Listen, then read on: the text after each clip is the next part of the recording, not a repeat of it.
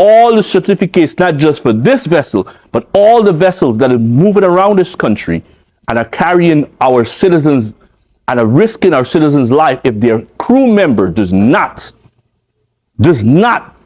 have at minimum the required certificates. We're not going to play the blame game here. So I support the call for a criminal investigation into this matter.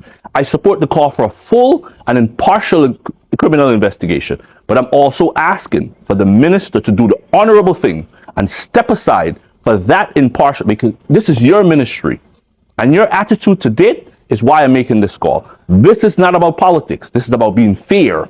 100 and something lives are at risk, and there's still many more that are at risk because we don't know about the other vessels that are moving around this country.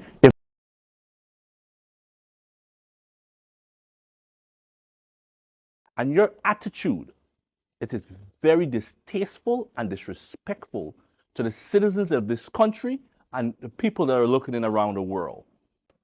Good morning, my Guyanese brothers and sisters.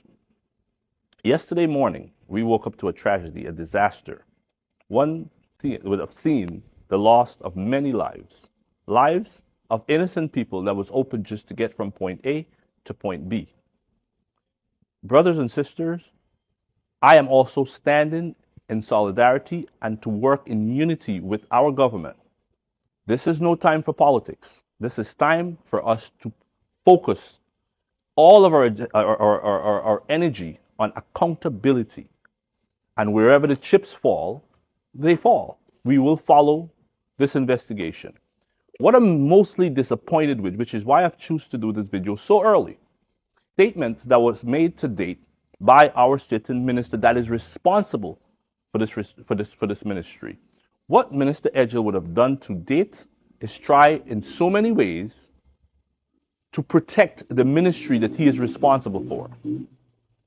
The tone of the minister's voice, we're not speaking here about a bad road. We're not speaking here about a bad pump station, Minister Edghill. We are speaking about lives, about family that are in distress, about a vessel that would have overturned, that would have, to date, with your own numbers, maybe seen the life of over 150 Guyanese. And your attitude, it is very distasteful and disrespectful to the citizens of this country and the people that are looking in around the world. There is no emotion, none, zero. You are standing there speaking to the Guyanese people almost like you're speaking to little children who do not want to listen. But we'll get back to Minister Edghill's attitude. Accountability, people, is where we're going to follow. We are calling for an impartial investigation, one that should also see the immediate removal of the minister responsible for this ministry because of his own action. It is your own action why we're calling for this removal. What we would have seen to date is a manifest that doesn't match the amount of people that was on board. That was an admission of the government. If that, again, is an admission of the government, who is to say the cargo manifest is going to match now the weight of cargo that same minister is claiming that the vessel was not overloaded? We demand for the minister to immediately publish the cargo manifest. And I'm going to tell you Guyanese people, there wouldn't be a cargo manifest because the minister is claiming that the vessel was not overloaded. But I call on the government to demonstrate to the Guyanese people what checks and balance was done when these ships are loaded to Region 1 and what checks and balance are done in Region 1. I don't know why we're just making it seem like these ships only go. They go with cargo and they return with cargo. What checks and balance has been done or are being done? Display, show the Guyanese people. How do you monitor what weight goes on to that vessel in Region 4 and what goes on in Region 1? You don't know. So the risk of these people and the lives of these people are still at risk because their vessels leaving Region 1, I believe, one recently left, and they're still traversing our coastline. But bigger than that, I challenge this minister this morning to demonstrate to the Guyanese people the immediate list of the crew and to show the Guyanese people that they were competent enough They had all their certificates in order. Now, this is why I'm going down this path. The minister came out yesterday and is prepared to pass the blame on to the captain. He's right.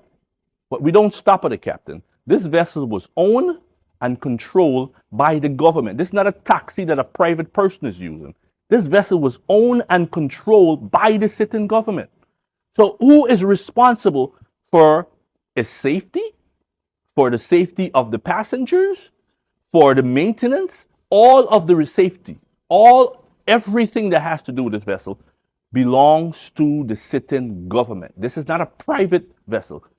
Now, if you're telling us that you didn't know that our captain was a little high on some pot, I'm going to ask you, do you know if the captain and the crew member had the requisite certificates, the required certificates? If you're telling us that you don't know the captain was high on pot, I'm going to ask of you humbly, are you aware, or do your office have the information on whether these crew members had all the required statutory certificates? And I ask that you publish each and every one of them, because some of these conventions, Guyana government has not ratified, which means it requires these crew members to go to other countries to obtain these certificates. I ask of you to publish that, because if you're going to come out here and say the captain is responsible and the captain only, I'm going to ask the ministry now, because you have a responsibility. If you're going to put 150 lives, not just on this ship, the other ones that are traversing, publish all the certificates, not just for this vessel, but all the vessels that are moving around this country and are carrying our citizens and are risking our citizens' life if their crew member does not have at minimum the required certificates. We're not going to play the blame game here. So I support the call for a criminal investigation into this matter. I support the call for a full and impartial criminal investigation. But I'm also asking for the minister to do the honorable thing and step aside for that impartial, because this is your ministry. And your attitude to date is why I'm making this call. This is not about politics. This is about being fair.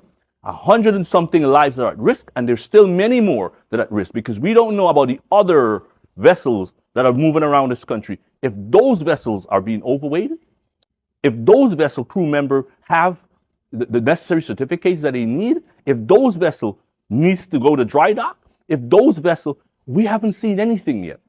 We're also asking for you to show the Guyanese people the last certificate of inspection that was done on this vessel, and who did it, and what is the qualification of that person that would have conducted that investigation. Listen, this is not about politics. This is about making sure that there's accountability. I ask of you Guyanese people to continue to follow me. So they have a lot of tough questions. This is just part one. Part two is coming. I thank you. Have a blessed day. And let us continue to pray with the families of this country and with the families of those loved ones that was on that ship that we would have seen overturned in our. And I call on you Guyanese to continue. I call on the Guyanese people, the churchgoers, the believers, to continue to lift these families up in prayer.